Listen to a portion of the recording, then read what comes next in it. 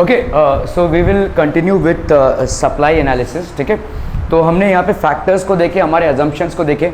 तो अजम्पशंस के बाद आता है भाई साहब आपका एक्सेप्शंस. तो इसमें एक्सेप्शंस क्या क्या हैं, what are the basic exceptions. The following are the exceptions to the law of supply. एक होता है आपका एग्रीकल्चरल गुड्स. ठीक है, urgent need for cash. Agricultural goods urgent need for cash. तो अर्जेंट नीड, बहुत जल्दी भाई साहब पैसों की जरूरत है. एग्रीकल्चरल गुड्स हैं जो ज़्यादा देर तक नहीं सर्वाइव कर सकते हैं. ठीक है, पेरिशेबल गुड्स मतलब जो जैसे फिश हो गया आपका, ठीक है, मीट हो गया, ये पेरिशेबल गुड्स हैं, ये ख़राब हो सकते हैं जल्दी. ठीक है, रेयर गुड्स, बहुत जो रेयर गुड्स होते हैं, और आपका लेबर सप्लाई. ठीक है, ये सारी चीज़ें हैं भाई साहब. तो एक एक करके हम पॉइंट्स को लेते हैं. क्या समझने की कोशिश कर रहे हैं यहाँ पे, exceptions. What are basically the exceptions to the law of supply. ठीक है, तो पहला क्या आता है भाई साहब आपका agricultural goods. The law of supply does not apply to agricultural goods. क्यों भाई साहब एग्रीकल्चरल गुड्स में ये अप्लाई नहीं होगा, बता सकता है कोई, why will it not apply. This is because this supply depends on weather conditions and they are produced in a specific season. ठीक है, मैं अगर बोलूँगा भाई साहब मुझे ना क्या कहते हैं अपना ठंडी के टाइम पे मैंगोस चाहिए, नहीं मिल पाएगा भाई साहब आपको. ठीक है, मिलेगा अभी तो भाई साहब सोने के दाम में मिलेगा. ठीक है, you will not get it because that is not the season. ठीक है, तो आप मार्केट में ज़्यादा माल कब उतार सकते हैं, जब आपका प्रोडक्शन ज़्यादा हो, और वो सीजनल है. तो मैंगो बेसिकली आपके समर सीजन में प्रोड्यूस होता है, तो इसीलिए सप्लाई समर सीजन में ही आपको देखने को मिलेगा. Winter season you will not see mangoes because they are almost not there. ठीक है भाई साहब, वो उनका सीजन नहीं है agricultural goods. This is because their supply depends. अभी कुछ कुछ एग्रीकल्चरल गुड्स कैसे होते हैं जो हमेशा मिलते हैं, जैसे राइस हो गया या वीट हो गया, ये आपको हमेशा मिलेगा. Rice and wheat are some things which you will always get. But other than that most of the fruits जो मार्केट में अवेलेबल हैं, ठीक है, वो आपके सीजनल हैं. They will depend on a particular season. This is because their supply depends on weather conditions and they are produced in a specific season. एक भाई साहब स्पेसिफिक सीजन पे ही इनकी प्रोडक्शन होती है. ठीक है, क्लियर है. ताबड़तोड़ आप कुछ भी नहीं कर सकते. गर्मी के सीज़न में भाई साहब मैंगोज नहीं उतार सकते. ठीक है, और भाई साहब ठंडी के सीज़न में आप दूसरे ऐसे फ्रूट्स नहीं उतार सकते जो गर्मी के सीज़न में प्रोड्यूस होते हों. ठीक है, okay. Urgent need for cash. अभी कैसा होता है, देखो हर धंधे में, हर बिजनेस में आपका कैश का रिक्वायरमेंट रहता है, और इंसान का मजबूरी भी हो सकता है. ठीक है, सो अर्जेंट नीड फॉर कैश मतलब इंसान को अचानक से कैश की ज़रूरत पड़ी है. ठीक है, घर में कोई शादी है, कोई मेडिकल बिल आ गया है, कोई बहुत बड़ा एक्सपेंस अचानक से इनकर हो रहा है. सो अभी अगर अगर अगर मेरे पास समझ लो मेरे घर में कोई शादी होने वाली है, ठीक है, तो now I need cash urgently.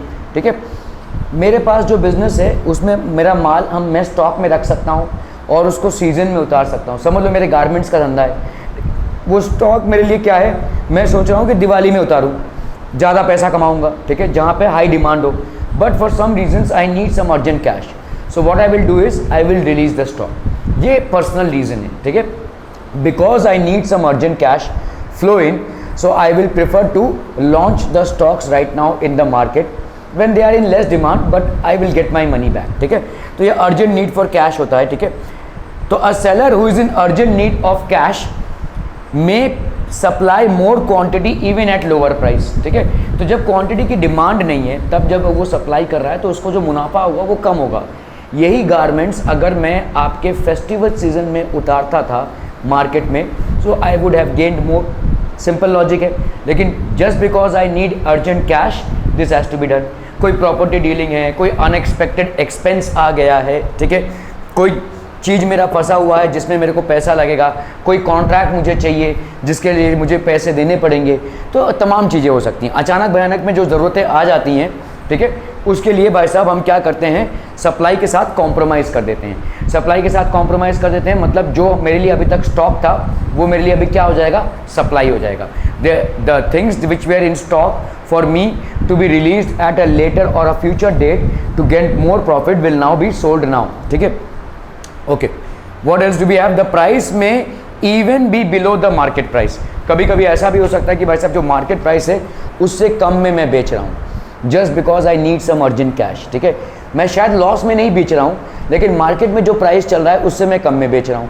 ठीक है। समझ लो मैं गारमेंट्स एक्सपोर्टर हूँ और मैं जिस टाइप के गारमेंट्स बेच रहा हूँ मार्केट में उसकी प्राइस अभी 100 रुपये चल रही है, जिसमें बेचने वाला 10 रुपये कमाता है, ठीक है।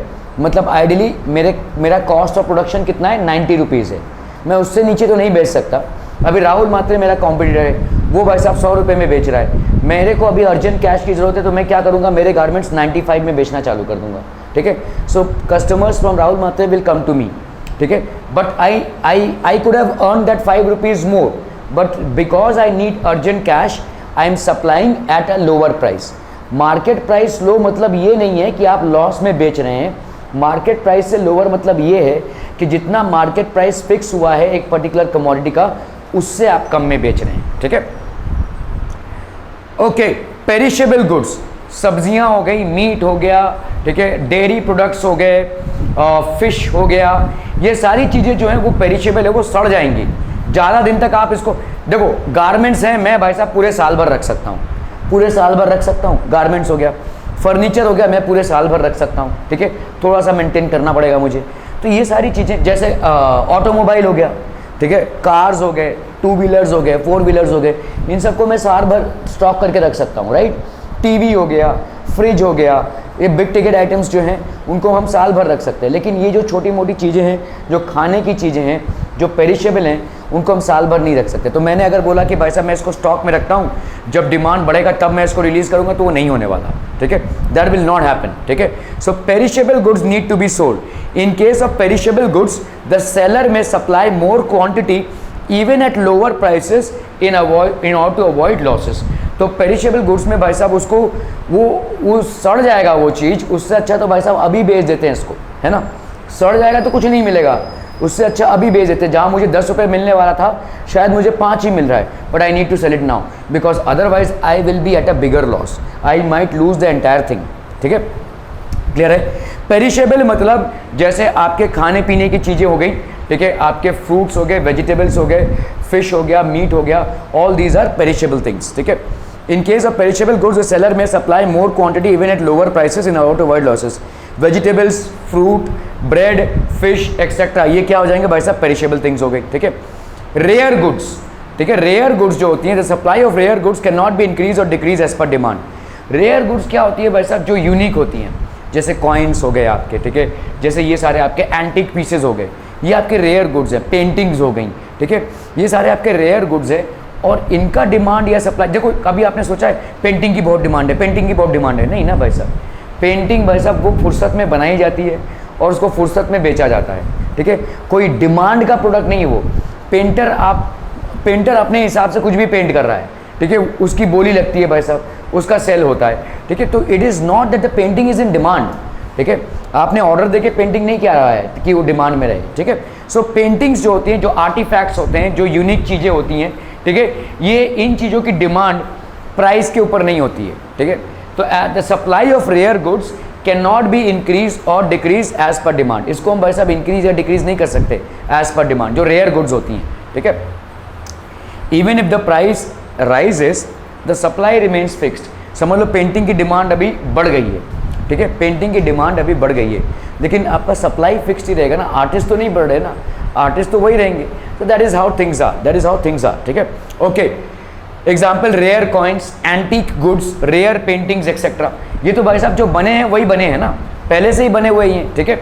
तो रेयर कॉइन्स हो गए आपके, एंटीक गुड्स हो गए, रेयर पेंटिंग्स हो गए, they have already been manufactured, they are not going to increase, ठीक है, with demand, so they are going to remain the same, ठीक है। Okay, labour supply, labour supply भाई साहब क्या हो जाएगा, beyond a certain point when the wage rate rises further the supply of labour will decrease because the laborer would prefer leisure to work beyond a certain point when the wage rate rises further। देखो मैं इस चीज़ को समझो भाई साहब, ठीक है, इस चीज़ को समझो कि अगर हम समझ लो मैं एक मजदूर हूँ और राहुल मात्रे मेरे को एम्प्लॉय कर रहा है, ठीक है।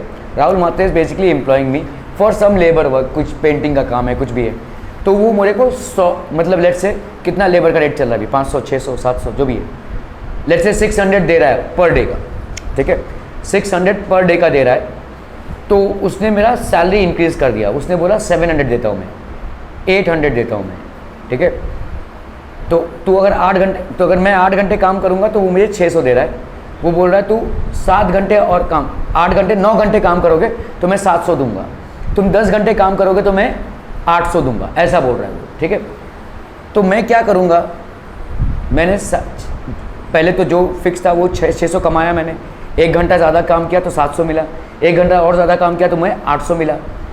क्या इसके बियॉन्ड मेरी कैपेसिटी होगी? नहीं होगी ना भाई साहब। वो बोल रहा है तू 1 घंटा ज़्यादा काम करेगा तो मैं 100 रुपये दूंगा।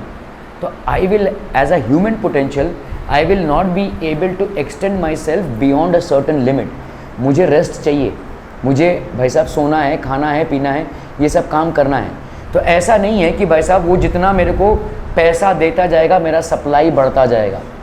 मेरा सप्लाई क्या है? वर्किंग आवर्स, मेरा लेबर, मेरा मेहनत, मेरा सप्लाई है जो वो बाई आउट कर रहा है। He is basically buying it out. So per hour of extra work that I am putting he is paying me 100 rupees more than my natural wage और सैलरी। ठीक है, but this 100 rupees that I am earning will have a limit to it. इसका एक limit होगा भाई साहब। ठीक है, मैं कितनी देर तक काम कर सकता हूँ? मेरे 8 घंटा नॉर्मल वर्किंग आवर्स है, 9 घंटा किया, 10 घंटा किया, 11 घंटा किया, 12 घंटे के बाद तो मैं नहीं काम कर सकता ना। ह्यूमन पोटेंशियल है, कोई भी नहीं कर सकता। और अगर मैं करना चाहूँगा भी तो मेरा एफिशिएंसी नहीं रहेगा, मैं ठीक से नहीं काम कर पाऊंगा, मेरा माइंड और बॉडी साथ नहीं देगा। I would need adequate amount of rest. तो लेजर बोलते हैं इसको। ठीक है, beyond a certain limit even after paying a very high price you will not be able to buy that labour. तो आप सोचो 8 घंटे के लिए वो मुझे कितना दे रहा था? 600 रुपये। ठीक है, और 8 घंटे में अगर काम कर लूँ तो मुझे कितना देगा? 800 प्लस। तो 600 प्लस 800 1400 कमा सकता हूँ।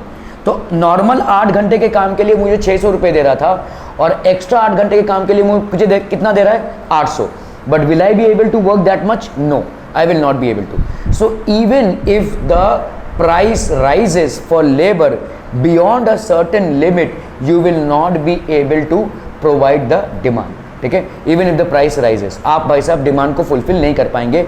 The labour will choose to get leisure instead of paying wages. ठीक है, तो instead of getting paid by wages he will choose to buy himself leisure. Leisure मतलब उसको थोड़ा आराम भी करना पड़ेगा ना भाई साहब। ठीक है, सो ऐसा नहीं है कि प्राइस, अगर आप प्राइस करेंगे तो आपको लेबर में आपको ज़्यादा मिलेगा। ठीक है, क्लियर है? Okay, beyond a certain point when the wage rate rises further the supply of labor will decrease because the laborer would prefer leisure to work। मतलब मैं 11 घंटे तक खींच सकता हूँ, उसके बाद नहीं। तो उसके बाद अगर राहुल मात्रे मेरे को बोल रहा है चलो 1 घंटा, अभी मैं 100 रुपये दे रहा था ना, अभी तुमने अगर 1 घंटा काम किया तो मैं 300 रुपये दूंगा, तो मैं क्या कर पाऊंगा? नहीं। 12 घंटे के बाद शायद मैं नहीं कर पाऊंगा। That's not my body's limit. ठीक है, I have cross my body's limit to do work in a sophisticated way. ठीक है, even if I try to do work now the work will not be a quality work, तो उसमें मेरा efficiency नहीं रहेगा। ठीक है, ओके, क्या ये समझ में आ रहा है? तो लेबर का सप्लाई कैसा है कि लेबर के सप्लाई में अगर आप एक सर्टेन लिमिट के बाद वेजेस को इंक्रीज करते भी हैं तो लेबर के लिए वो पॉसिबल नहीं है कि वो इंक्रीज्ड वेजेस का फ़ायदा उठा पाए। उसका माइंड और बॉडी जवाब दे देगा। ठीक है, he will have to take rest in order to come back to work the next day. ठीक है, ओके, चलिए भाई साहब। Thus after a certain point the supply of labor tends to fall even at higher wage rate। तो एक certain point के बाद supply of labour जो है तो फॉल करने लगता है after a certain higher wage rate. अगर आप हायर वेज रेट दे रहे होंगे तो भी। ठीक है, मैं पर घंटे का वो मुझे 100 दे रहा था, अभी वो पर घंटे का 300 दे रहा है, लेकिन मेरा बॉडी जवाब दे चुका है। I will not be able to perform. ठीक है, clear? Are we clear on this one people? ठीक है, ठीक है, ठीक है। Here after the supply curve of labour slopes backward. तो आपका भाई साहब सप्लाई कर्व कैसा जाता है? ऐसा जाता है, लेकिन इस लिमिट के बाद वो बैकवर्ड आने लगे, मतलब उसका डिक्रीज होने लगे। ठीक है, with increase in price. Okay, चलिए भाई साहब देखते हैं हम यहाँ पे agricultural goods determinant of supply positive slope professor Alfred Marshall exception to the law of supply. क्या होगा? एक्सेप्शन होगा भाई साहब। तो 1 का क्या हो जाएगा? D, cost of production determinant of supply positive slope professor Alfred Marshall और exception to the law of supply. ये तो हो चुका है भाई साहब। ठीक है, तो कॉस्ट ऑफ प्रोडक्शन क्या होगा? डिटर्मिनेंट ऑफ सप्लाई, सप्लाई को डिटर्मिन करेगा। सप्लाई कर्व क्या है भाई साहब? आपका पॉजिटिव स्लोप है। ठीक है, and law of supply was given by professor Alfred martial. So the right choice will be 1D। 2 का भाई साहब हो गया आपका ए, 3 का हो गया भाई साहब आपका बी, ठीक है, 1D, 2 का ए, 3 का बी, 4 का सी, ठीक है। So this will be the correct option. Okay okay okay, previously asked board question भाई साहब 4 मार्क्स का क्वेश्चन है, ध्यान से देखो। State with reasons whether you agree or disagree with the following statements. Supply curve slopes upward from left to right. Supply curve भाई साहब slope कर रहा है upward left to right. Is it correct? Yes it is correct, ठीक है, left to right, yes I agree, ठीक है। So yes I agree with the above statement. Why? Law of supply states that other things being constant higher the price of a commodity more is the quantity supplied. अगर बाकी सारी चीजें constant हैं तो जितना आप कमोडिटी के price को बढ़ाएंगे more is the quantity supplied, and lower the price of a commodity lesser is the quantity supplied, ठीक है। In simple words, higher the price higher the supply and lower the price lower the supply. जितना higher price होगा उतना higher supply, lower the price and lower the supply.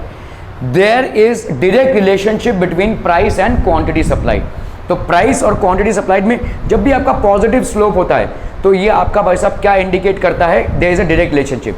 Price को आप increase करेंगे supply बढ़ेगा, ठीक है। अगर आप प्राइस को इंक्रीज करेंगे तो सप्लाई बढ़ेगा, सप्लाई बढ़ाएंगे तो प्राइस इंक्रीज होगी भाई साहब, ठीक है, क्लियर है? ओके।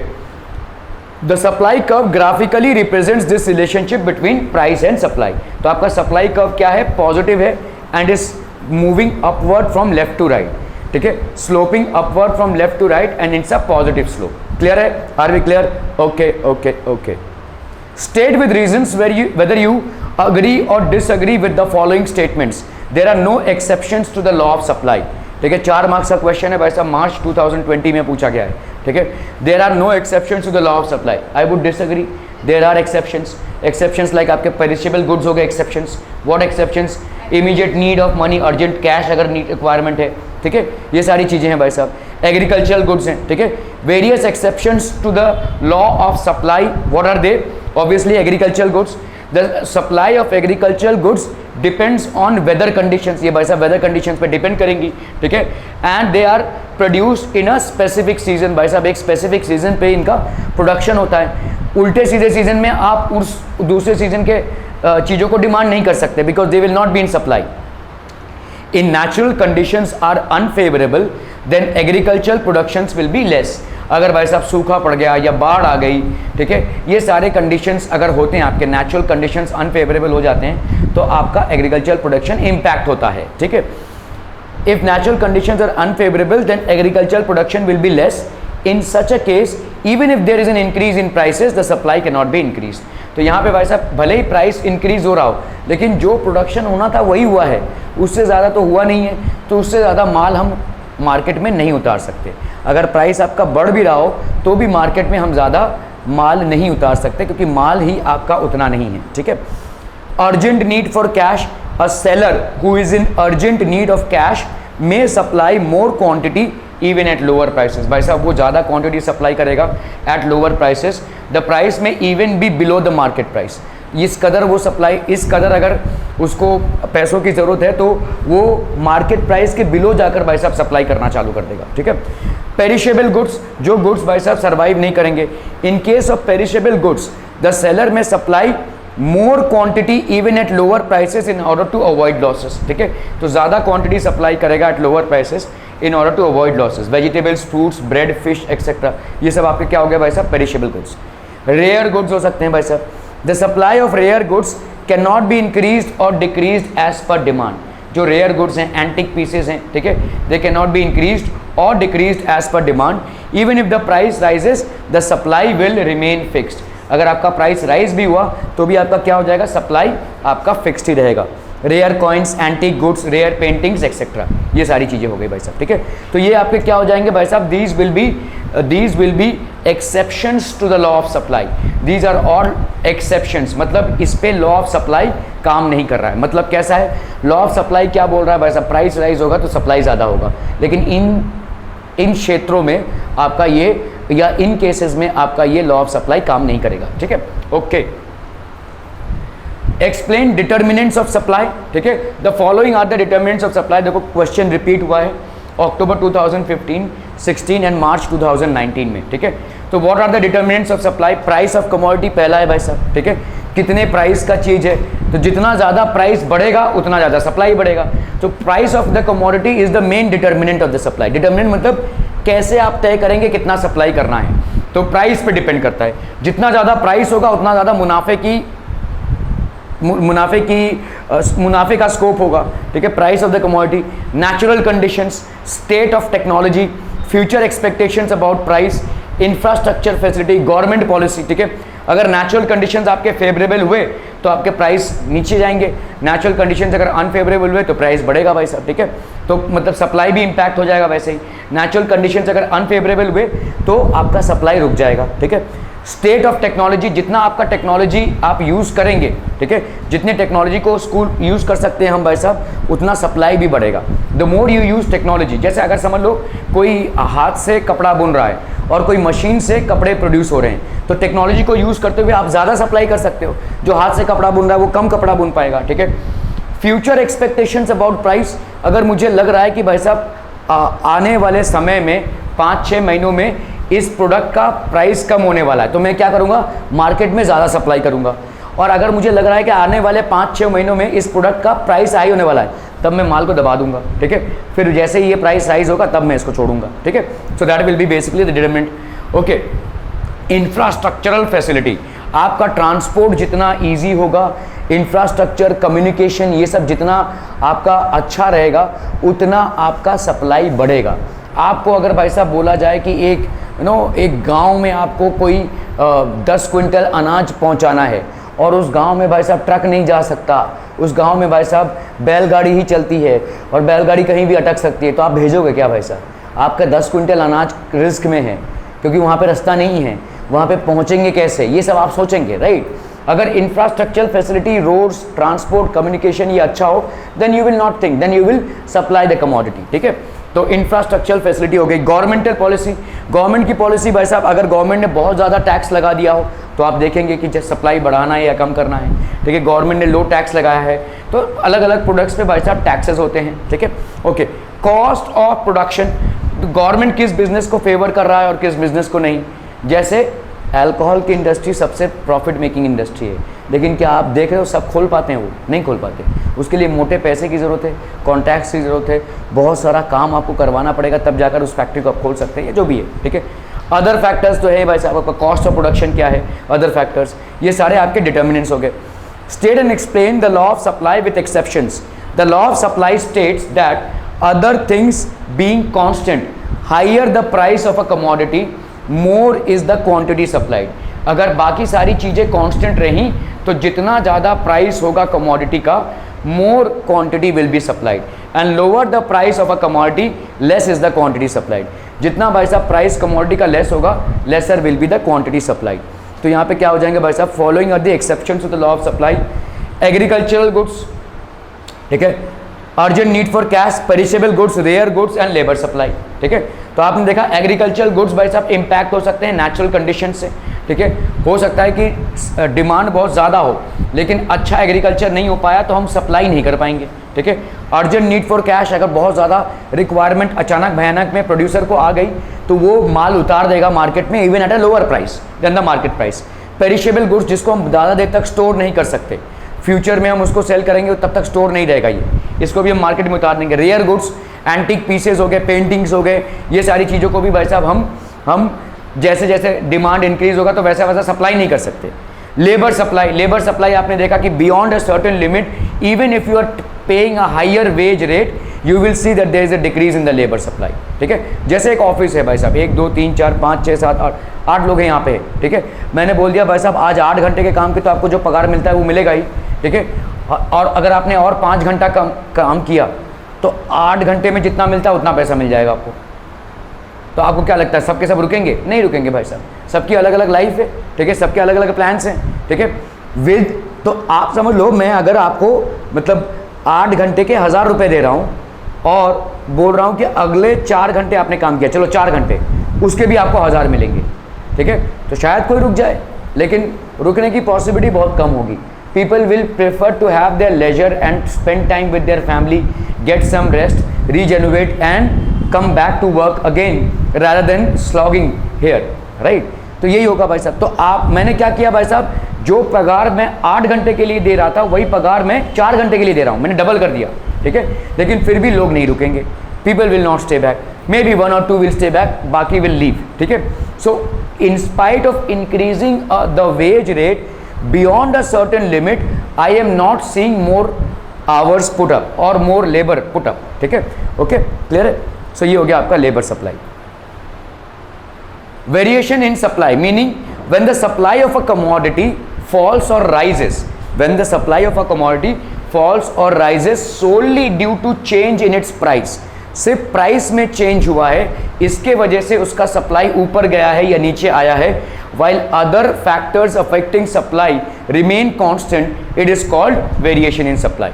तो अभी आपका जो सप्लाई हुआ है वो सिर्फ और सिर्फ प्राइस से कोरिलेटेड है, ठीक है, सप्लाई जो है प्राइस से कोरिलेटेड है, आपका प्राइस बढ़ा तो सप्लाई बढ़ गया, प्राइस कम हो गई तो सप्लाई कम हो गया, other factors are remaining constant, ठीक है। तो इसको हम बोलेंगे वेरिएशन इन सप्लाई, जो सिंपल चीज़ है। और सप्लाई और प्राइस में क्या है, डायरेक्ट रिलेशनशिप है, प्राइस बढ़ाएंगे तो सप्लाई बढ़ाएगा, ठीक है, सप्लायर सप्लाई बढ़ाएगा, ठीक है, okay. Reason variation in supply takes place only due to change in price of a commodity. तो यहाँ पे भाई साहब सिर्फ वेरिएशन किसके वजह से हो रहा है, प्राइस को आपने चेंज किया है तो सप्लाई आपका बढ़ रहा है या कम हो रहा है, ठीक है। Supply curve, variation in supply shown by a movement along the supply curve. Types आपके क्या हो जाएंगे भाई साहब, variation in supply curve is of the following two types, expansion of supply और कॉन्ट्रैक्शन ऑफ सप्लाई। आपने भाई साहब प्राइस बढ़ाया तो क्या होगा, सप्लाई बढ़ेगा, मतलब इसको हम बोलेंगे एक्सपेंशन ऑफ सप्लाई। प्राइस कम किया तो सप्लाई कम होगा, इसको हम बोलेंगे contraction of supply. By increasing the price, obviously the supply will be more, that is called expansion of supply. By decreasing the price, the supply will be less, and hence it is called the contraction of supply. Are we clear to these things, people? बहुत बढ़िया भाई साहब, expansion of supply. Okay, देख लेते हैं भाई साहब expansion of supply. Expansion of supply refers to a rise in the quantity supplied of a commodity due to rise in price. आपने भाई साहब पैसा बढ़ाया, आपने प्राइस बढ़ाया तो आपका expansion of supply भी बढ़ेगा भाई साहब, ठीक है, ओके। रीजन, इसका रीजन क्या है भाई साहब, बहुत सिंपल सा रीजन है, expansion of supply takes place only due to a rise in the price of the commodity. ये सिर्फ और सिर्फ किस लिए हो रहा है भाई साहब, there is a rise in the price of the commodity, आपके कमोडिटी के प्राइस राइज हो रहे हैं भाई साहब, ठीक है, okay. All other factors affecting the supply are constant, बाकी सारे फैक्टर्स आपने मान लिए हैं जो अफेक्ट करते हैं सप्लाई को, दे आर कांस्टेंट, और तभी ये हो पाएगा, ठीक है। सप्लाई कर्व क्या हो जाएगा भाई साहब, expansion of supply is shown bye an upward movement along the same supply curve. Expansion of supply है, मतलब ये बढ़ रहा है भाई साहब, ठीक है, ये आपका प्राइस है भाई साहब, ये सप्लाई, तो दिस इज बेसिकली इंक्रीजिंग, ठीक है।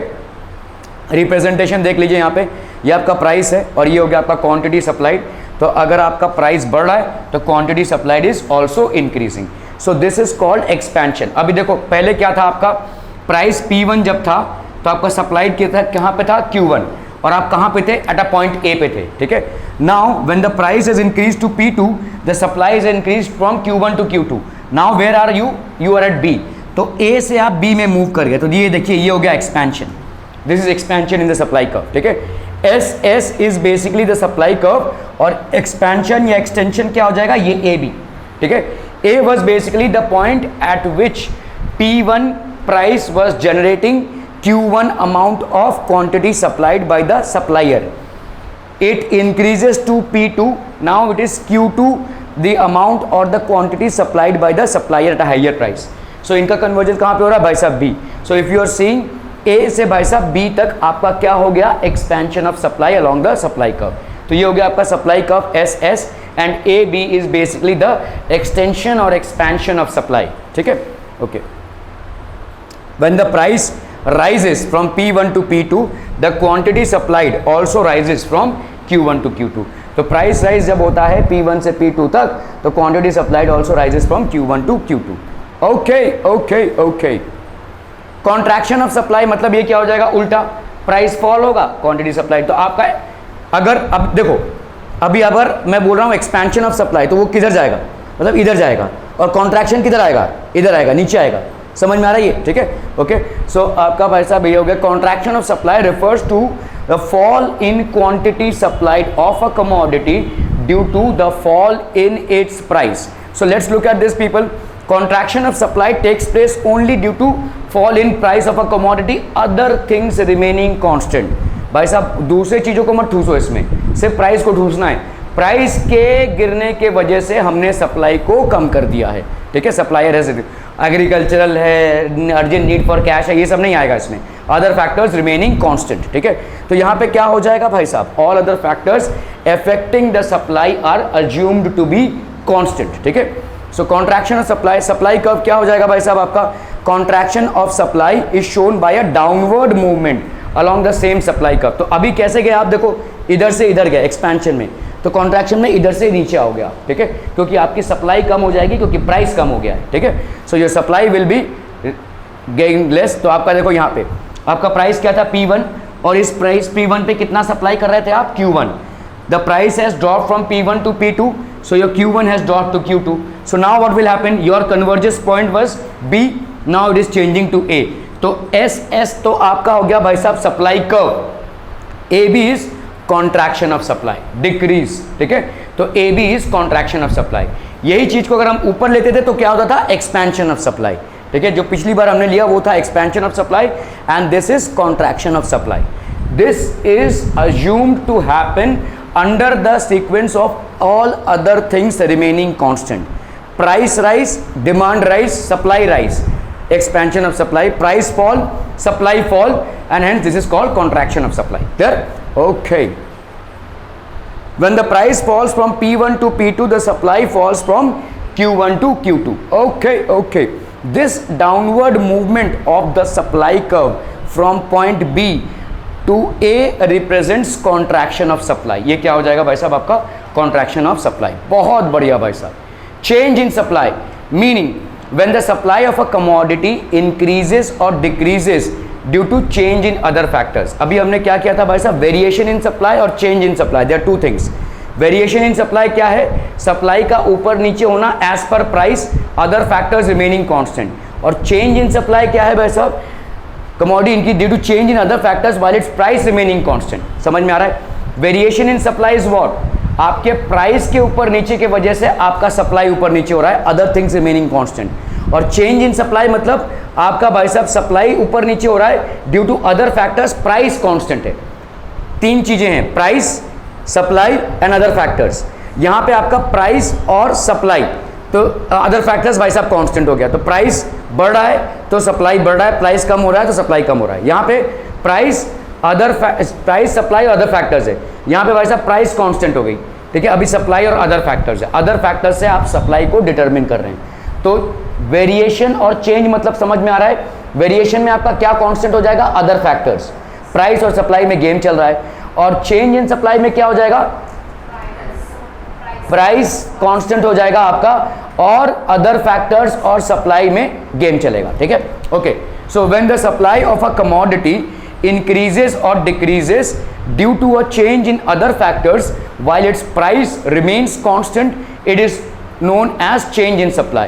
जैसे आप देखोगे change in supply takes place due to a change in factors other than price, such as price of related goods, cost of production, state of technology, government policies etcetera, ये सारी की वजह से, ठीक है। आपने देखा ये भाई साहब प्राइस ऑफ रिलेटेड गुड्स, अगर आपका रिलेटेड गुड्स का प्राइस बढ़ गया तो आपकी सप्लाई क्या करेंगे आप, बढ़ाएंगे, ठीक है, क्योंकि आपको ज़्यादा डिमांड बढ़ जाएगा आपका, ठीक है, सप्लाई बढ़ जाएगा। तो आपने क्या किया है, आपने अपने प्राइस को बढ़ाया नहीं है, आपके खुद का प्राइस नहीं बढ़ा है, जो रिलेटेड गुड्स हैं उनका प्राइस बढ़ गया है, ठीक है। तो आप क्या करेंगे, आपका पूरा कस्टमर बेस अभी ज़्यादा डिमांड करेगा आपके गुड्स का, तो आप सप्लाई बढ़ा रहे हैं, आपका प्राइस नहीं बढ़ा है, लेकिन प्राइस कांस्टेंट है। जिस प्राइस पे आप पहले बेच रहे थे आज भी उसी प्राइस पे बेच रहे हो, लेकिन आप ज़्यादा बेच रहे हो क्योंकि आपके कॉम्पिटिटर ने अपना प्राइस बढ़ा दिया है, तो लोग अभी आपके पास आ रहे हैं, ठीक है। ये हो गया भाई साहब, ठीक है। तो कॉस्ट ऑफ प्रोडक्शन, अगर भाई साहब आपका कॉस्ट ऑफ प्रोडक्शन बढ़ जावे तो क्या करेंगे आप भाई साहब, ठीक है, यू विल, अगर आप कॉस्ट ऑफ प्रोडक्शन आपका बढ़ गया है, समझ लो आपको एक चीज़ बनाने में 10 रुपये लग रहे थे और आप उसको बेच रहे हैं 15 रुपये में, ठीक है। मार्केट में आप महीने में 10 क्वांटिटीज़ उतारते हैं, तो 10 क्वांटिटी को उतारने के लिए आपका भाई साहब कॉस्ट कितना आ रहा है, 10 × 10 दैट इज़ 100, ठीक है, 100। क्लियर है, समझ में आ रहा है ये। और अगर आप 15 क्वांटिटीज़ को उतार रहे हैं फॉर सेल, तो 15 पे बेच रहे हैं आप, तो उसका कितना हो जाएगा 150 पे बेचा, मतलब आपका टोटल प्रॉफिट कितना हो गया 50 रुपीज़ का प्रॉफिट हो गया। ठीक है, ओके। अभी समझ लो आपका कॉस्ट ऑफ प्रोडक्शन बढ़ के कितना हो गया 12 रुपये हो गए। ठीक है, पहले आपका कॉस्ट ऑफ प्रोडक्शन कितना था भाई साहब 10, आप उसको कितने में बेच रहे थे 15, तो पर यूनिट में आप कितना कमा रहे हो 5, तो 5 अगर आपको 50 कमाने हैं तो आपको कितने सेल करने हैं 10। ठीक है, अभी आपका कॉस्ट बढ़ के 12 हो गया भाई साहब। ठीक है, आप सोच रहे हो कि यार मैं ना थोड़ा बहुत प्रोडक्शन बढ़ा देता हूँ, प्राइस को मैं 15 ही रखता हूँ। ठीक है, क्योंकि अभी अचानक भयानक मैं अगर प्राइस को बढ़ा दूंगा तो कस्टमर चिटक जाएगा। ठीक है, तो अगर 12 पे आपका कॉस्ट ऑफ प्रोडक्शन है तो पर यूनिट आपका प्रॉफिट कितना हो गया 3। अगर आपको 50 रुपये कमाने हैं तो अभी आपको कितने बेचने पड़ेंगे अप्रॉक्सीमेटली भाई साहब 17 बेचने पड़ेंगे, है ना, तब जाके आप 51 रुपये कमाएंगे। तो पहले आप कितने में कमा रहे थे 15 में ही वो प्रॉफिट कमा रहे थे भाई साहब, 50 रुपये कमाने हैं ना, तो कितने में कमा रहे थे 10 में, 10 यूनिट्स बेच के आप 50 रुपये कमा रहे थे। अभी आप क्या कर रहे हो भाई साहब, अभी आपको कितना बेचना पड़ेगा, you will have to sell almost 17। ठीक है, तो 10 से ज़्यादा 17 पे जा रहे हैं आप, मतलब आप गुड्स ज़्यादा प्रोड्यूस कर रहे हैं, आप अपने प्राइस को नहीं बढ़ा रहे हैं। ठीक है, आप लॉस को या आप प्रॉफिट को इंटैक्ट रखने के लिए from 10 units which you are manufacturing at a time, now you are manufacturing 17। ठीक है, क्योंकि 17 यूनिट्स मैन्युफैक्चर करेंगे तो पर यूनिट में आपको कितना आएगा भाई साहब 3 इंटू 17 मतलब 51 आ जाएगा। पिछले में क्या हो रहा था भाई साहब 10 आपका प्रोडक्शन कॉस्ट था, 15 आपका सेल प्राइस था, आपका 5 का मार्जिन था, तो आप कितना बेच रहे थे भाई साहब 10 इंटू 5 तो आपको 50 मिल रहा था, 50 आपका प्रॉफिट का टारगेट है। ठीक है, so now you have to sell extra if price is fixed. Again what we are trying to study here is change in supply, not variation in supply. Price untouched है यहाँ पे। ठीक है, तो आप क्या करेंगे भाई साहब सप्लाई को बढ़ा देंगे। समझ में आ रहा है, सप्लाई को बढ़ाने का मकसद क्या है कि आप पहले के प्रॉफिट को मैच कर सकें। ठीक है, so change in supply takes place due to a change in factors other than price such as price of related goods, cost of production, state of technology, government policies etcetera. Supply curve भाई साहब कैसा हो जाएगा, change in supply can not be shown on supply curve, it is shown by a shift in the original supply curve. तो types देख लो भाई साहब यहाँ पे, change in supply of the following types, increase in supply और एक होता है भाई साहब आपका डिक्रीज इन सप्लाई। ठीक है, इंक्रीज इन सप्लाई कब हो जाएगा भाई साहब आपका, what is increase in supply, when more quantity is supplied than before at the same price, it is called increase in supply. ठीक है, अगर हम ज्यादा क्वांटिटी सप्लाई कर रहे हैं than before at the same price then is called increase in supply. ठीक है, प्राइस आपका सेम है लेकिन आप ज़्यादा क्वांटिटी मार्केट में डाल रहे हैं। ठीक है, बहुत सारे रीजंस हो सकते हैं, आपको अर्जेंट कैश की रिक्वायरमेंट है, ये रीज़न हो सकता है, आप प्रोडक्शन कॉस्ट आपका बढ़ गया है, in order to earn the same amount of profit without increasing the price you have to ensure that you are launching or rather supplying more goods in the market just as we saw right now। ठीक है, तो ये तमाम reasons हो सकते हैं। तो आप ज़्यादा क्वांटिटी मार्केट में सप्लाई कर रहे हैं सेम प्राइस में। ठीक है, और इसी को हम क्या बोलेंगे, this is known as increase in supply. इसके रीजंस क्या हो जाएंगे भाई साहब, increase in supply takes place due to favourable changes in factors other than price, like fall in the price of inputs, fall in tax rates, technological upgradation etcetera. ठीक है, तो इन चीज़ों की वजह से होती है भाई साहब increase in supply takes place due to favourable changes in factors. तो आपके फेवरेबल चेंजेस हो रहे हैं भाई साहब फैक्टर्स में। ठीक है, favourable changes in other factors like price, fall in the price of inputs, fall in tax rates, technological upgradation. अभी देखो जैसे fall in price of inputs, आपके रॉ मटेरियल का कॉस्ट कम हो गया है। ठीक है, तो आप भाई साहब 1000 रुपये खर्च कर रहे थे 10 यूनिट को बनाने में, 1000 रुपये आप खर्च कर रहे थे 10 यूनिट को बनाने में। अभी आपका कितना कॉस्ट आ रहा था भाई साहब, पर यूनिट आपका कितना कॉस्ट आ रहा था 100 रुपये। गवर्नमेंट ने रॉ मटेरियल आपके लिए चीप कर दिया, समझ लो गवर्नमेंट ने कर दिया भाई साहब 50, या आपको रॉ मटेरियल चीप मिलने लगा 50 में मिलने लगा, तो आप क्या करेंगे, व्हाट विल यू डू, आप प्राइस को आप टच नहीं कर रहे हैं, तो व्हाट विल यू डू, आपके पास 1000 का बजट है तो आप अभी क्या करेंगे भाई साहब 20 यूनिट्स बनाएंगे। पहले आप 10 यूनिट बना रहे थे, अभी 20 यूनिट बनाएंगे। ठीक है, so that is how it is. अगर आपका इनपुट कॉस्ट कम हो जाता है तो आप क्या करेंगे भाई साहब, ज़्यादा गुड्स प्रोड्यूस करेंगे, क्योंकि उस पैसे से ही आप ज़्यादा रॉ मटेरियल खरीद रहे हैं। ठीक है, ज़्यादा रॉ मटेरियल खरीद रहे हैं, तो अगर आप ज़्यादा रॉ मटेरियल खरीद रहे हैं तो आपके ज़्यादा फिनिश प्रोडक्ट्स बनेंगे और यही ज़्यादा फिनिश प्रोडक्ट्स को आप मार्केट में लॉन्च करेंगे, you are going to launch them in the market. ठीक है, तो क्या हो जाएगा, सप्लाई बढ़ जाएगी।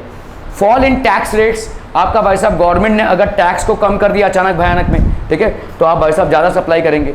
ठीक है, अकेले बॉम्बे में जितनी दारू सप्लाई होती है उससे कहीं ज़्यादा शायद गोवा में सप्लाई होती होगी। क्यों, क्योंकि गोवा में दारू सस्ती है, लोग वहाँ पे ज़्यादा का दारू पीते हैं। क्यों? क्योंकि वहाँ पे भाई साहब टैक्स नहीं लगता है दारू पे, ठीक है। It's basically a place of relaxation, so government has waived of the tax, तो इसलिए दारू वहाँ पे सस्ती है, ठीक है। तो फॉल इन टैक्स रेट्स, वहाँ पे ज़्यादा सप्लाई हो रहा है, ठीक है। ओके, टेक्नोलॉजिकल अपग्रेडेशन, आपका भाई साहब टेक्नोलॉजिकल अपग्रेडेशन हुआ है, तो आपने क्या किया है, पहले आप समझ लो 10 लेबरर से कुछ 100 गारमेंट्स बनाते थे, अभी आपके पास मशीन आ गई है, एक मशीन आपका एक दिन में भाई साहब 500 कपड़े बना सकती है। तो ये टेक्नोलॉजिकल अपग्रेडेशन हो गया। इस जैसे आपने टेक्नोलॉजी में अपग्रेडेशन किया तो आपका ज़्यादा प्रोडक्शन हो जाएगा, ठीक है। So these are things wherein the price is not changing but the amount of goods that you are supplying in the market, they are increasing tremendously, ठीक है। Are we clear on these things people? In this case the price remains constant, price remains constant. Supply curve क्या हो जाएगा भाई साहब, supply curve shifts to the right hand side of the original supply curve. अभी देखो ये एक supply curve है, ठीक है, ये ऐसे शिफ्ट हो जाएगा। क्यों? क्योंकि भाई साहब आपका प्राइस जो है वो कांस्टेंट है, आपका क्वांटिटी सप्लाइड बढ़ रहा है। क्या ये मामला समझ में आ रहा है? प्राइस तो वही है ना, तो इसका मतलब क्या हो जाएगा, ये प्राइस सेम रहा और क्वांटिटी जो है तो इधर आ जाएगी, ठीक है, राइट में शिफ्ट हो जाएगी, ठीक है। So that's how it's going to shift. Okay, जैसे अगर आप देखोगे रिप्रेजेंटेशन, ये हो गया आपका S1, ये ओरिजिनल सप्लाई कर्व है, प्राइस P1 है। अभी इसी प्राइस P1 पे due to some unforeseen circumstances you have increase the supply which could be due to various reasons. Urgent need of cash हो सकता है भाई साहब, और क्या हो सकता है भाई साहब, आपका गवर्नमेंट पॉलिसी चेंज हुई है, गवर्नमेंट की टैक्सेशन जो है तो कम हो गई है, ठीक है, तमाम चीज़ें हो सकती है जिसके वजह से आपका क्या हो गया भाई साहब, क्वांटिटी सप्लाइड हैज इंक्रीज्ड, ठीक है। तो S1 was the initial curve, now S2 is the now new curve.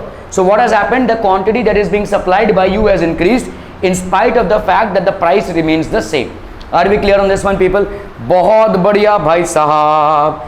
However, the quantity supplied increases from Q1 to Q2. तो आपका quantity supply क्या हो रहा है, Q1 से Q2 में जा रहा है। बहुत बढ़िया भाई साहब, बहुत बढ़िया। The curve shifts from right, that is from S1 to S2 and this indicates the increase in supply. तो आपका भाई साहब increase in supply हो गया। कोई questions people? Any questions, any confusions, any doubts so far? No? Okay. So now we will talk about decrease in supply, ठीक है। तो डिक्रीज इन सप्लाई क्या हो जाएगा, when less quantity supplied than before at the same price, it is called decrease in supply. भाई साहब आप price आपका सेम है लेकिन आप लेस क्वांटिटी सप्लाई कर रहे हो, ठीक है। क्या रीजंस हो सकते हैं इसके? प्रोडक्शन नहीं, प्रोडक्शन क्यों कम होगा? सोचो, प्रोडक्शन डेफिनेटली कम कर रहे हैं आप, क्यों? डिमांड पे मत जाओ, डिमांड, क्योंकि डिमांड और सप्लाई पे अभी तक हम आए नहीं हैं, हम यहाँ पे प्राइस और सप्लाई पे खेल रहे हैं, ठीक है। प्राइस आपका सेम है, सप्लाई आपका कम हो गया, क्यों? बहुत सारी चीज़ें हो सकती हैं भाई साहब, आपका टेक्नोलॉजिकल फेलियर हो गया होगा, या आपके रॉ मटेरियल का कॉस्ट बढ़ गया होगा, या आपका इनपुट कॉस्ट बढ़ गया होगा, गवर्नमेंट ने ज़्यादा टैक्स लगा दिया होगा, तमाम चीज़ें हो सकती हैं, ठीक है। ये सारी तमाम चीज़ें हो सकती हैं बिकॉज ऑफ विच, ठीक है। रीजंस क्या हो सकते हैं भाई साहब, what could be the reasons? Decrease in supply takes place due to unfavorable changes in factors other than price, like increase in the price of inputs, input cost आपका बढ़ गया है, रॉ मटेरियल का कॉस्ट बढ़ गया, आप फटाफट रातों रात आप भाई साहब प्रोडक्शन कॉस्ट नहीं बढ़ा सकते, आपको वेट करना पड़ेगा till people get aware and get adjusted to it, otherwise आपका पूरा कस्टमर बेस कहीं और चला जाएगा, ठीक है। सो आपको थोड़ा रुकना पड़ेगा before you can basically shift the price level higher, ठीक है। सो प्राइस ऑफ इनपुट्स आपका बढ़ गया है, ठीक है। Increase in the tax rate, tax rate बढ़ा दिया है गवर्नमेंट ने, ठीक है।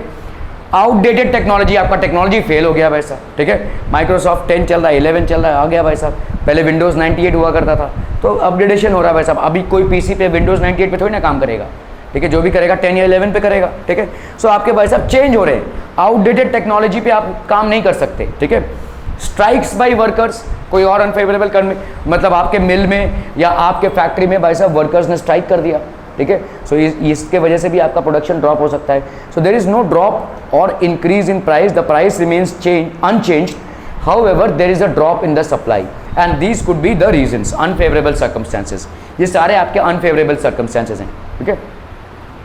In this case price remains constant. Supply curve क्या हो जाएगा भाई साहब, आपका supply curve shifts to the left hand side of the original supply curve, तो आपका सप्लाई कर्व भाई साहब लेफ्ट हैंड साइड में चला आएगा। मतलब अभी क्या हो गया, quantity demanded is less at the same price, ठीक है।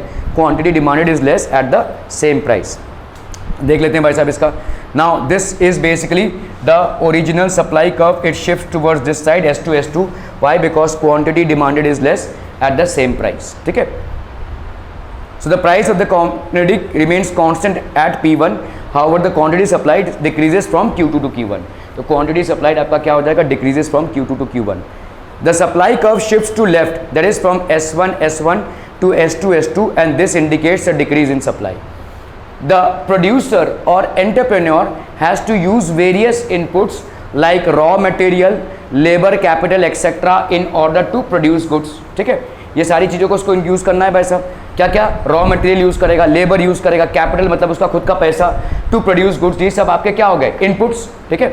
Okay, now the expenditure incurred on these inputs is known as the cost of production. इसी को हम बोलेंगे भाई साहब cost of production.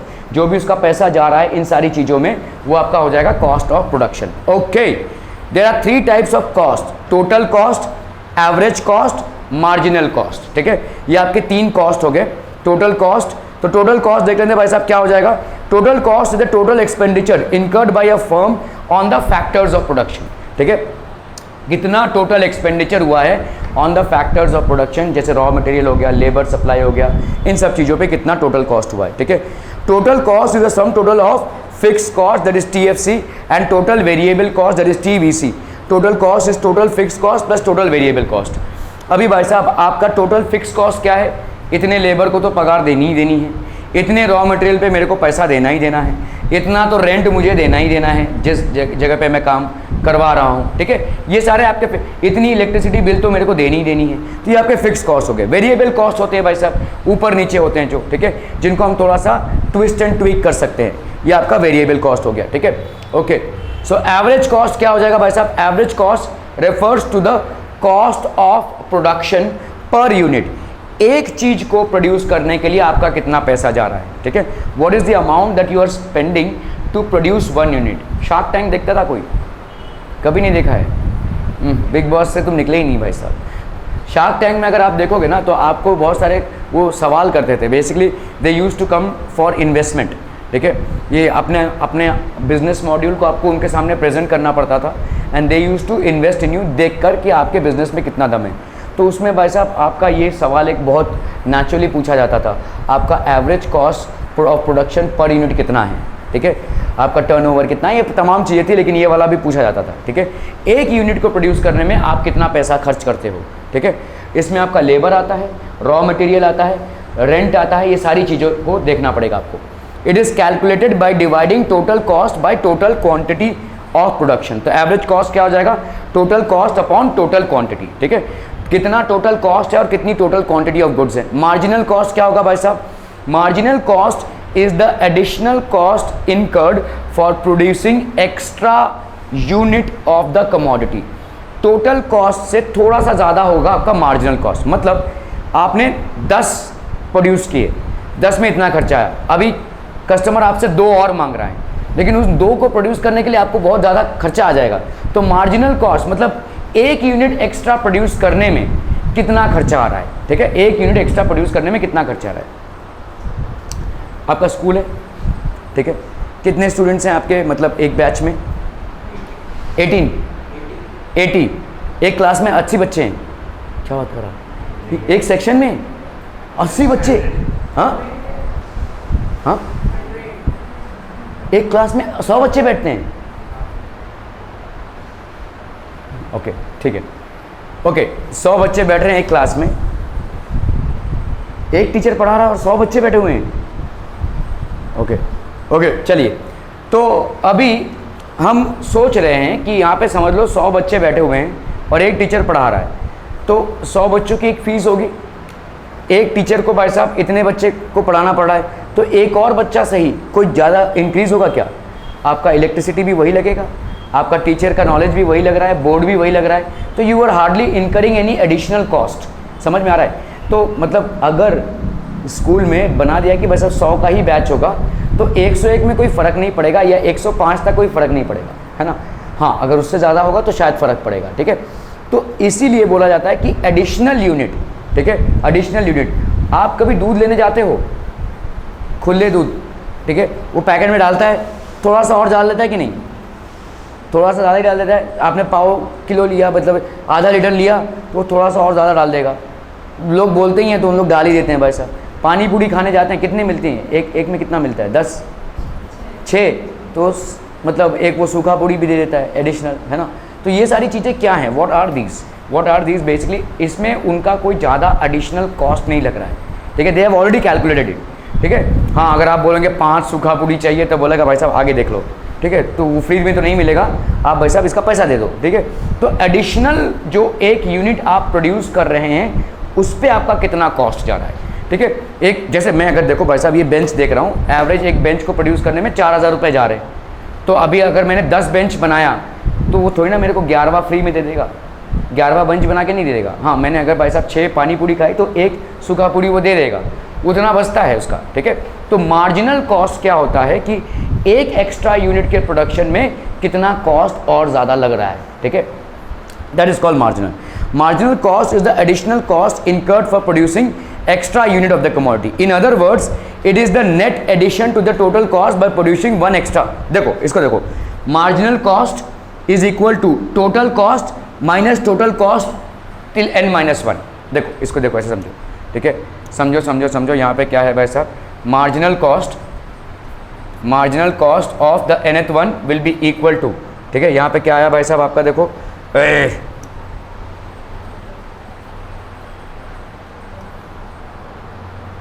TCN minus TCN minus 1, ठीक है, TCN minus TCN minus 1, so this will be TCN minus TCN minus 1। तो अगर मैं बोलूँ मार्जिनल कॉस्ट, तो आपने पांच चीज़ें प्रोड्यूस की हुई, ठीक है, 5 चीज़ें प्रोड्यूस की हुए, तो चौथे से जब आप 5वें में गए तो तुम्हारा कितना खर्चा हुआ। तो अगर मैं बोलूँ marginal cost of the 5th product will be equal to total cost of producing 5 products minus total cost of producing 4 products. क्या ये मामला समझ में आ रहा है? 1 2 3 4 5, आपने टोटल 5 किए हैं, इससे इसमें जाने में आपका कितना कॉस्ट लगा है, that is called marginal cost, ठीक है। So marginal cost of the 5th product will be equal to total cost of production of 5 products minus ये total cost of production of 5 products minus total cost of production of 4 products. ये होगा आपका marginal cost, ठीक है।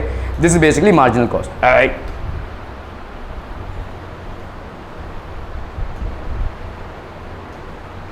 ठीक है, okay, चलो भाई साहब देखते हैं भाई साहब यहाँ पे concept of revenue, total revenue, average revenue and marginal revenue, ठीक है। The term revenue refers to the receipts obtained by a firm from the sale of a certain quantity of a commodity at a given price in the market. Revenue मतलब क्या होगा भाई साहब, आपने given quantity को भाई साहब एक गिवन प्राइस में at a certain period of time market में बेचा, ठीक है। The concept of revenue consist of 3 important terms, total revenue, average revenue and marginal revenue. Total revenue आपका क्या हो जाएगा, total revenue is the total sales proceeds of a firm by selling a commodity at a given price. ये हो गया आपका total revenue, ठीक है। टोटल रेवेन्यू मतलब कितनी क्वांटिटी आपने बेची और कितने में बेची, ये हो जाएगा आपका टोटल रेवेन्यू, ठीक है। तो price into quantity, price into quantity will be your total revenue. It is the total income of a firm, ठीक है। 50 क्वांटिटी बिकनी चाहिए, आप बोलेंगे भाई साहब 50 प्रोड्यूस की हैं और उसमें से 40 बिकी हैं, 10 अभी भी हैं, तो आप 40 का ही हिसाब लगाएंगे उसमें, 40 इंटू जितने में आपने बेचा है, ठीक है। That is your total revenue. Revenue मतलब जो तुमको पैसा आ रहा है, बेचने की वजह से जो तुमको पैसा आ रहा है उसको हम बोलते हैं रेवेन्यू, ठीक है। तो that will B price into quantity, price into quantity, ये हो जाएगा आपका टोटल रेवेन्यू। आप 50 को नहीं कैलकुलेट करेंगे, आप 40 को लेंगे, 40 इंटू 400 रुपये लेट से पर यूनिट का कॉस्ट है, तो आपका टोटल रेवेन्यू जो आएगा इसके सेल से वो क्या हो जाएगा, प्राइस इनटू क्वांटिटी। क्लियर है, ओके। एवरेज रेवेन्यू क्या हो जाएगा भाई साहब, average revenue refers to the revenue per unit of output sold, ठीक है। एक चीज को अगर हम सेल कर रहे हैं, it is obtain by dividing total revenue by total number of unit sold. Average revenue क्या हो जाएगा, total revenue upon total quantity, ठीक है। टोटल रेवेन्यू जनरेट हो रहा है अपॉन टोटल क्वांटिटी, ठीक है। मार्जिनल रेवेन्यू क्या हो जाएगा, refers to the additional revenue earned by selling extra unit of the commodity, ठीक है। Marginal revenue refers to the additional revenue जो आप जनरेट कर रहे हैं earned by selling extra unit of the commodity. एक एक्स्ट्रा यूनिट जो आप बेच रहे हैं उसमें आप कितना कमा रहे हैं, ठीक है। extra unit of that. So that's called marginal revenue. In other words, it is the net addition made to the total revenue by selling an extra unit. तो marginal revenue क्या हो जाएगा? Total revenue minus total. तो marginal revenue of 6 products, 6th product basically, marginal revenue of 6 products will be equal to 6th product. मतलब आपका आप 5th से 6th में जब गए तो कितना marginal revenue हुआ? Total revenue of 6 products minus total revenue of 5 products. ये हो जाएगा आपका marginal revenue of the 6th product. ठीक है, क्लियर है, समझ में आ रहा है? Okay okay. Other factors remaining constant when less quantity supplied only due to fall in price. Fall in price के लिए अदर फैक्टर्स आपके क्या हो गए? कांस्टेंट हो गए. ठीक है, और आप लेस सप्लाई कर रहे हैं ड्यू टू लेस प्राइस, तो ये किस में आ जाएगा भाई साहब? Decrease in supply, increase in supply, contraction और एक्सपेंशन ऑफ सप्लाई. तो भाई साहब क्या हो जाएगा? डिक्रीज इन सप्लाई या कॉन्ट्रैक्शन ऑफ सप्लाई?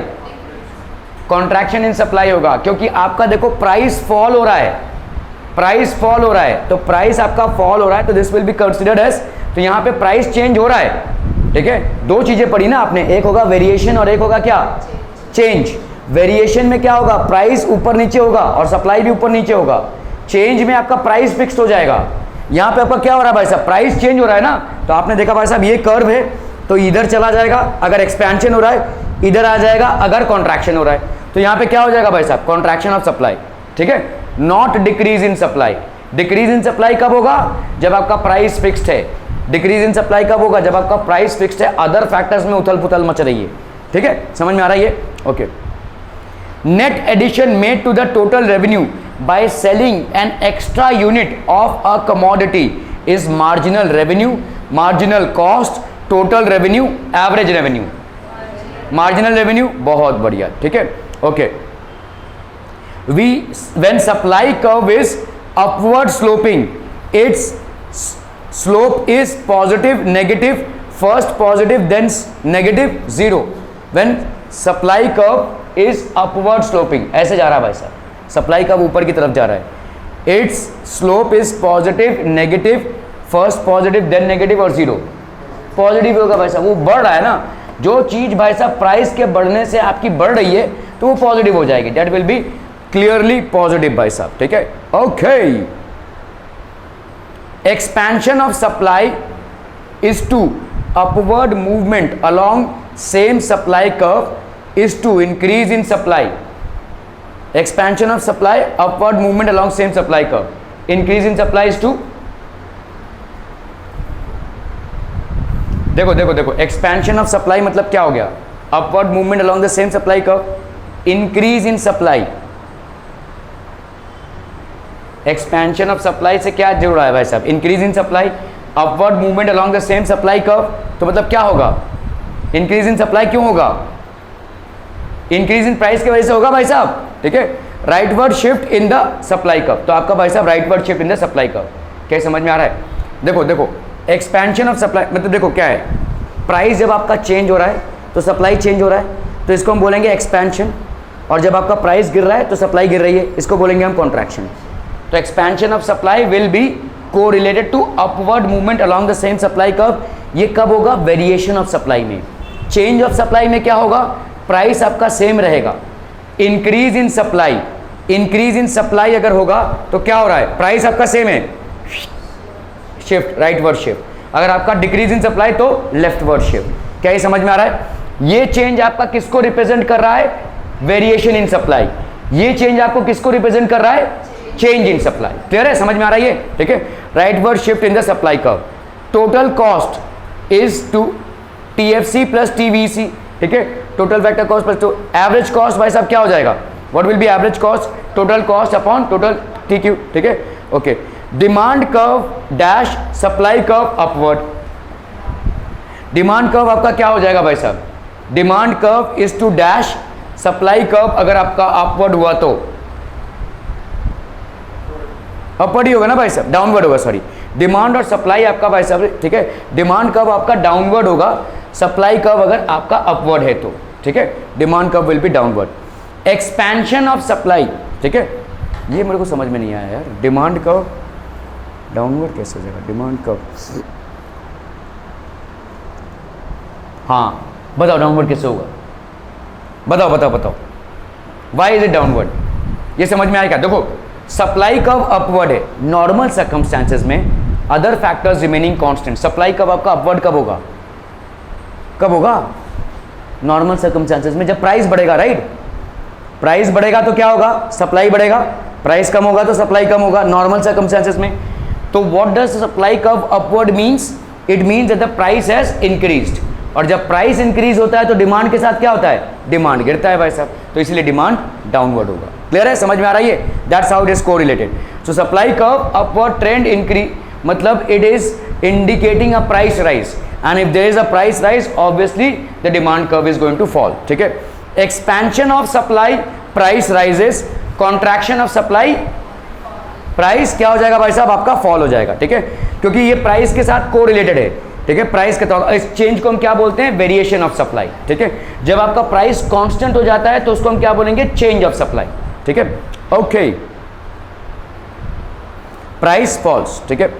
ये तो थैंक यू हो गया रे राहुल, क्या हो गया? थैंक यू हो गया भाई साहब। तो आपका भाई साहब सप्लाई एनालिसिस भी खत्म। कौन से चैप्टर्स और बाकी हैं आपके? देख लेंगे, टेंशन नहीं है।